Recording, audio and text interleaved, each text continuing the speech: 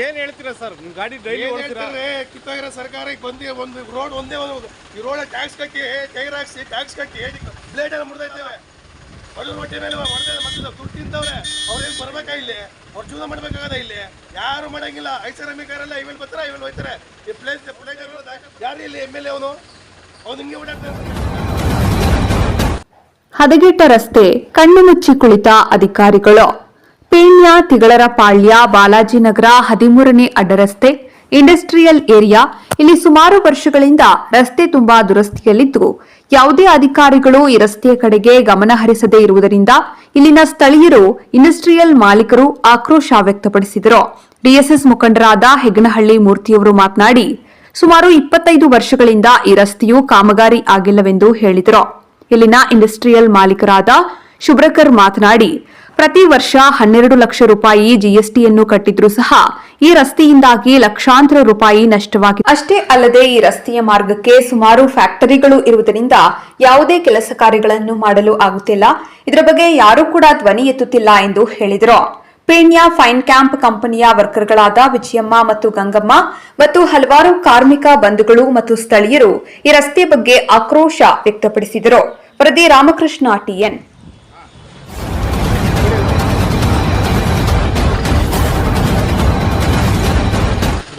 Sir ಏನ್ ಹೇಳ್ತೀರಾ sir? ಗಾಡಿ ಡೈಲಿ ಕಿತ್ತೋಗಿರೋ ಸರ್ಕಾರ ಬಂದು ಒಂದು ರೋಡ್ ಒಂದೇ ಒಂದು ಈ ರೋಡ್ ಟ್ಯಾಕ್ಸ್ ಕಟ್ಟಿ ಟೈರ್ ಹಾಕ್ಸಿ ಟ್ಯಾಕ್ಸ್ ಕಟ್ಟಿ ಬ್ಲೇಡ್ ಎಲ್ಲ ಮುರಿದೈತೇವೆ.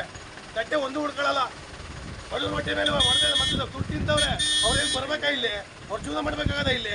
ಯಾರು ಮಾಡಂಗಿಲ್ಲ. ಐಷಾರಾಮಿಕಾರೆಲ್ಲ ಇವೆಲ್ಲಿ ಬರ್ತಾರೆ ಇವೆಲ್ಲಿ ಹೋಯ್ತಾರೆ. ಈ ಪ್ಲೇಟಲ್ಲಿ ಬರ್ತಾರೆ. ನೋಡ್ರಿ ಅವಸ್ಥೆ ಆಗಿರೋದ. ಯಾರು ಇಲ್ಲಿ MLA ಅವನು ಹಿಂಗೆ ಓಡಾಡ್ತಾರೆ ಬೆಳಗ್ಗೆ ಅಂದ್ರೆ. ಅವ್ರ ಟ್ಯಾಕ್ಸ್ ಕಟ್ಟ ರೋಡ್ ಟ್ಯಾಕ್ಸ್ ಕಟ್ಟ ನೋಡ್ರಿ. ನಾವು ರೋಡ್ ಟ್ಯಾಕ್ಸ್ ಕಟ್ಟಿ ನೋಡ್ರಿ ಅವಸ್ಥೆನ. ಅಲ್ಲಿಂದ ಗಾಡಿಗಳು ಏನು ಪರಿಸ್ಥಿತಿ ಆಗ ನೋಡ್ರಿ. ಒಂದು ಕಟ್ಟೆ ಹುಡ್ಕೊಳ್ಳ, ಒಂದು ಬ್ಲೇಡ್ ಹುಡುಗ ಉಂಟು, ಕಲ್ಲು ನೋಡಿ ಒಂದು ಟೈರ್ ಉಳಿಯಲ್ಲ.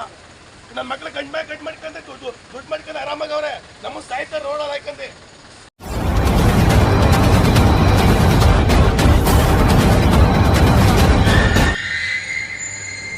ಕಂಪ್ನಿ ಬಂದ್ರೆ 5 ನಿಮಿಷ ಲೇಟ್ ಆದ್ರೆ ಆಚೆ ಬಿಡ್ತಾರೆ. ನಾವು ಆಚೆ ಬರ್ಬೇಕು ಅಂದ್ರೆ ನಮ್ಗೆ ಎಷ್ಟು ಪ್ರಾಬ್ಲಮ್ ಇದೆ ಈ ರೋಡಲ್ಲಿ.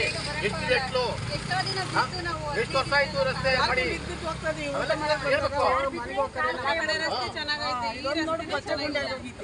ಇದ್ರ ತರ ಎಲ್ಲೂ ಇಲ್ಲ. ಈ ತರ ಓಡಾಡಕ್ಕೆ ಆಗಲ್ಲ ಅವ್ರಿಗೆ. ಈ ತರ ಇದ್ರೆ ಹೆಂಗ್ ಓಡಾಡಕ್ ಆಗುತ್ತೆ? ಅವಾಗ ಮಾತ್ರ ಓಟ್ ಕೇಳಕ್ ಮಾತ್ರ ಬರ್ತಾರೆ. ಗಾಡಿ ಹೆಂಗ್ ಹೊಂಟೈತಾರೆ? ಕಾಲ ನಡಿದಾಡ್ದವ್ರು ಹೆಂಗ್ ಹೋಗ್ತಾರೆ? ಆಗಲ್ಲ. ಬಿದ್ರೆ ಹೇಳ್ತೀರಾ? ಇವತ್ತು ಪೀಣ್ಯ ಭಾಗದಲ್ಲಿ ಏನು ಬಂದಿದ್ದೀವಿ, ಈ ತಿಗುಟಪಾಳ್ಯ ಇಂಡಸ್ಟ್ರಿಯಲ್ ಇರೋದು ಈ ತರ ರೋಡ್ ಅವ್ಯವಸ್ಥೆ ಆಗಿಲ್ಲ. ಏನ್ ಹೇಳ್ತೀರಾ ಸರ್? 13A ಕ್ರಾಸ್ ಇಂದ ಮಾತಾಡ್ತಾ ಇದ್ದೀವಿ ನಾವು. ಸೊ ಸುಬ್ರಾಕರ್ ಇಂಡಸ್ಟ್ರೀಸ್ ಓನರ್ ನಾನು ಮಾತಾಡ್ತಾ ಇರೋದು. 2003ರಲ್ಲಿ ನಾನು ಜಮೀನು ತೊಗೊಂಡಿದ್ದೀನಿ. ಇಲ್ಲಿವರೆಗೂ ಒಂದು ದಿನ ಕೂಡ ಬಂದು ರೋಡ್ ಹಾಕಿಲ್ಲ. ಆಸ್ ಎ ಫ್ಯಾಕ್ಟ್ರಿ ಓನರ್ ನಾನು ಒಬ್ಬ ಮಾತ್ರ ಒಂದು ವರ್ಷಕ್ಕೆ 10-12 ಲಕ್ಷ ರೂಪಾಯಿ ಬರೀ GST ಕಟ್ತಾ ಇದ್ದೀನಿ ನಾನು ಒಬ್ಬ ಕಂಪನಿಗೆ.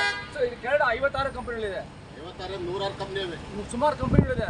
ಒಂದು ದಿವಸ 20 ವರ್ಷದ ಒಂದು ದಿನ, ಒಂದು 20 ವರ್ಷ ಒಂದು ದಿನ ನಾವು ಒಂದು ರೋಡ್ ಒಂದು ಡೆಲ್ಲಿಂದ ಹಾಕಿಲ್ಲ ಈ ರೋಡಲ್ಲಿ.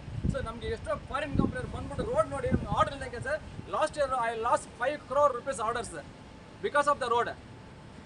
ಇಂಡೋನೇಷಿಯಿಂದ ಬಂದಿರೋ ಕಸ್ಟಮರು, ಅವರಿಂದ ನಾವು 5 ಕೋಟಿ ರೂಪಾಯಿ ಸಣ್ಣ ಒಂದು ರೋಡಿಂದ ನಾವು ಕಳ್ಕೊಂಡಿದ್ದೀವಿ.